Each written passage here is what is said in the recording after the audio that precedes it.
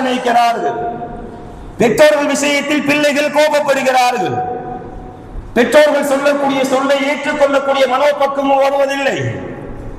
பிள்ளைகள் பெற்றோர்களை இன்றைக்கு சர்வ சாதாரணமாக கோபத்தோடு ஏதாச்சும் வயசான வாக்கில் செஞ்சுட்டு போயிடுவாங்க. நம்ம அத்தா தானே, நம்ம அம்மா தானே, ஏதோ பேசிட்டாங்க அப்படின்னு அதை ஏற்றுக்கொள்ளக்கூடிய பக்குவ பிள்ளைகளுக்கு இன்று இல்லை. வயசான காலத்திலேயே தொடர்புடன் பேசிக்கிட்டு இருக்கிற சொல்றமா இல்லையா?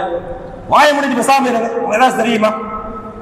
பெற்றோர்கள் விஷயத்தில் அல்லாஹ் பாதுகாக்கணும். அவர்கள் எப்படியும் இருந்து விட்டு செல்கிறார். காஃபிரா கூட இருந்து போறாங்க. குர்ஆன் அல்லாஹ் சொல்றான். இப்ராஹிம் அலைஹிஸ்ஸலாம் அண்ணனுடைய பெற்றோர் யார்? தந்தை யார்? ஆஸர். அவர் யார்? அவர் குஃபார் மட்டும் கிடையாது, காஃபிர் மட்டும் கிடையாது.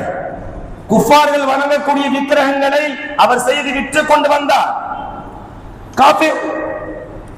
இவர் காஃபிர் என்பதற்காக வேண்டி இப்ராஹிம் அலைஹிஸ்ஸலாம் தன் பெற்றோர் தன் தந்தையை பெற்றோரான தன் தந்தையை ஒதுக்கி வைத்தார்களா? ஒதுக்கி வைத்தார்களா? அப்படி விட்டுட்டாங்களா? உங்களை பேச மாட்டேன் உறவை முறித்தார்களா? இல்லையே. தந்தையை பார்க்கும் போதெல்லாம் நசீகத் செய்வார்கள். தந்தையை இங்க வந்துருங்க, நான் சொல்றதை கேளுங்க, அல்லாஹ்வை வணங்குங்கள், குஃப்ரின் பக்கம் நெருங்காதீர்கள், குஃப்ர் வந்து வந்துருங்க. தந்தைக்கு நனவை நாடிக்கொண்டே இருந்தார்கள்.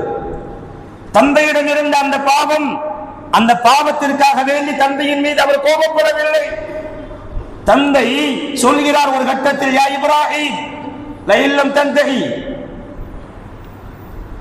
சொல்கிறார் நீ மாத்திரம் என்ன இந்த நசீஹத் செய்யறதை விடலன்னா, சும்மா சும்மா அல்லாஹ் வணங்க இஸ்லாத்துக்கு வந்து கூப்பிட்டு இருக்கிறீங்களே, இதை நீ விடலன்னா உன்னை கல்லால் அடிப்பேன் என்று சொன்னார்.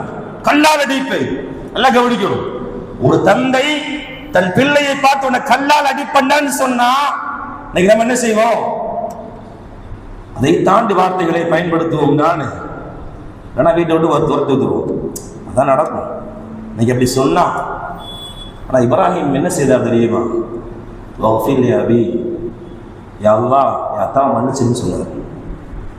யா அல்லாஹ் யா அத்தாவை மன்னிச்சிரு. அவர் தெரியாமல் சிறுக்கிலே இருக்கிறார், அவர் தெரியாமல் பேசிக் கொண்டிருக்கிறார். எனவே யா அல்லாஹ் அவரை மன்னித்து விடு. அவர் குஃபாராக இருந்தாலும் பரவாயில்லை, காபிராக இருக்கக்கூடிய தன் தந்தையின் மீது இரக்கம் காட்டினார் இப்ராஹிம்.